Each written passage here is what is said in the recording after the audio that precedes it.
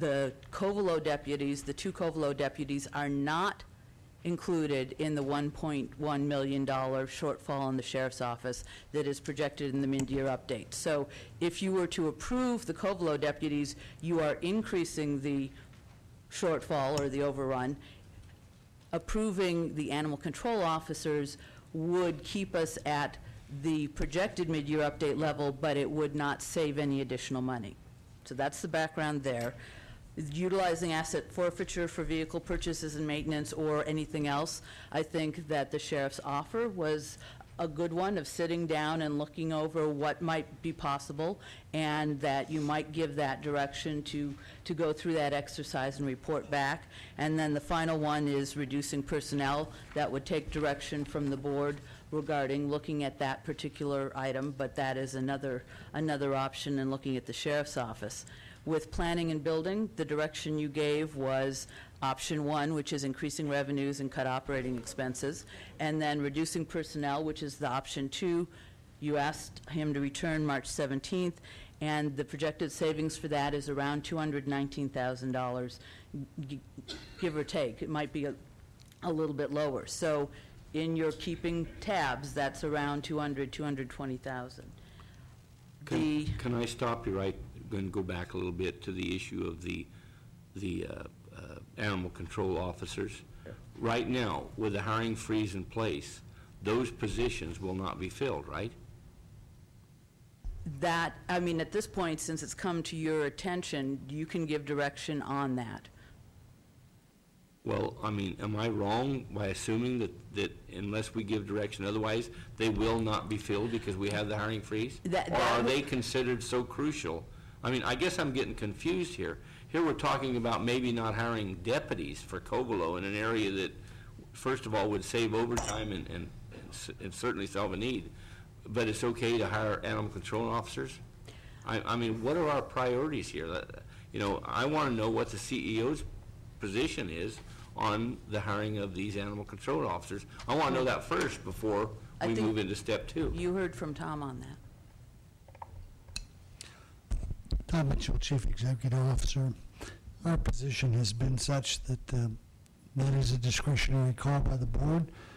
We are holding all positions, and we are not filling any positions pending your board's approval. So if your board decides your highest priority is to fund some animal control officers because of the fact we only have 1, potentially 2 animal control officers in the entire county, that's a decision rest with your board versus hiring deputy sheriffs for Covelo, which could be filled by backfilling officers from other areas. So it is your board's discretion where you feel it is most appropriate to spend the money. We will not fill any of those positions without a thorough discussion at the board. Okay. Supervisor Brown? Mr. Mitchell, what is your recommendation? I think you just said it clear that they will not fill any positions, okay, whether it's the animal control officers, the Covelo deputies, or the corrections deputies without our approval. Board Yeah, approval. I would just clarify, corrections deputy, 24-hour positions we are approving. So, sorry. And until all of this shortfall of the $907,000, we will not recommend to your board even replacing the animal control officers. We just want you to know the thought behind and the critical nature of what's going on in those areas. But until we close the gap for a $907,000 shortfall, we would be remiss if we told you to fill any positions at this point. I appreciate that. Because at some point I think the board maybe was making some false assumptions. But I appreciate you clarifying that. Okay. Well, Mr. Chair, I guess I needed the clarification also because last week I raised the issue of having all hirings come before us for our approval. I was told that wasn't necessary. The policy in place was working just fine. So now it seems like we've gone to a much harder hiring freeze than we apparently had last week. Well, and I'm not disagreeing with that, but we seem to be bouncing around here. I think that's the right assumption. You know, also last week we felt that maybe between last week and this week we were going to get some to pare down that $907,000. we pared it down by a little over $200,000, but that's still a huge gap. So I think, yeah, that's the right assumption, but I'm certainly pleased to see the CEO's office consistent. Tom, you had a comment? It does not mean that if in the next week a department had a critical need for staffing, we would not come to your board with a package, we would place it on your agenda, we would define the reasons why we would recommend that your board support filling that position. We would do so if we felt it was a critical enough need. We do not feel like that threshold has been crossed at this time. Okay, Allison, proceed. So the second part of this is the Health and Human Services Agency. They've proceeded to identify layoffs. You authorized 10.5 today. The Auditor's Office counting on additional VTO, and that's saving $38,000. And then with the grand jury, I think the follow-up would be cataloging cost-saving measures and then focusing on next year's budgeting to incorporate those cost-saving measures. It did not sound like that there were particular savings for this particular fiscal year 2008-9. So when you put all this together, there are potential savings of between $200,000 and $250,000 that could be subtracted from that $900,000. So you're looking at somewhere around $650,000 to $700,000 remaining to be closed in terms of a gap. And so we are implementing the MTO program, enforcing the hiring freeze, and and then implementing selected savings options. So that's the list.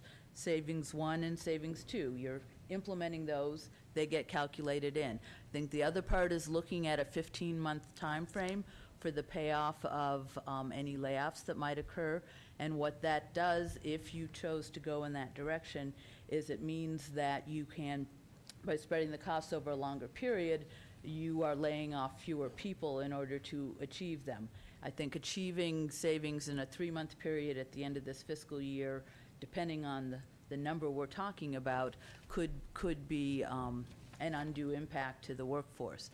So then you would look at authorizing and planning any layoffs and then linking that with the development of the 2009-10 budget.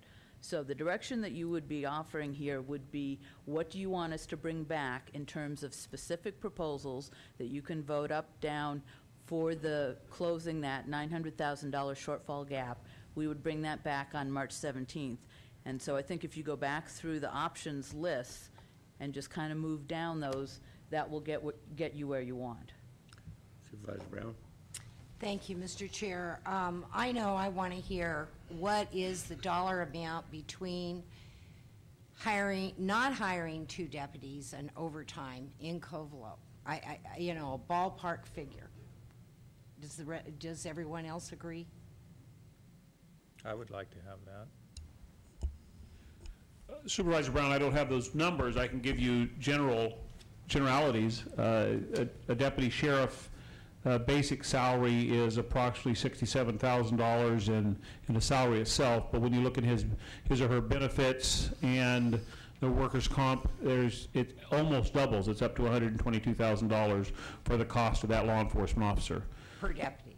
Per deputy sheriff. That doesn't include the vehicle that he's going to drive, or the equipment and so forth. And the cost of overtime is approximately between $40 and $43 an hour overtime.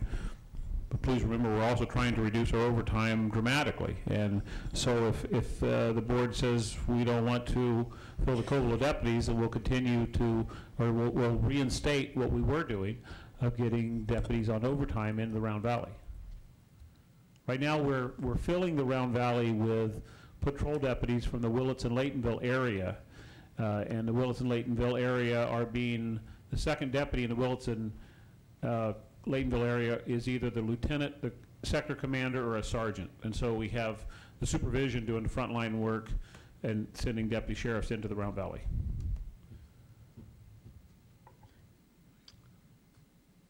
Allison? Well, I guess just a question. I believe that current staffing configuration for Round Valley is part of your mid-year update projection, so it's already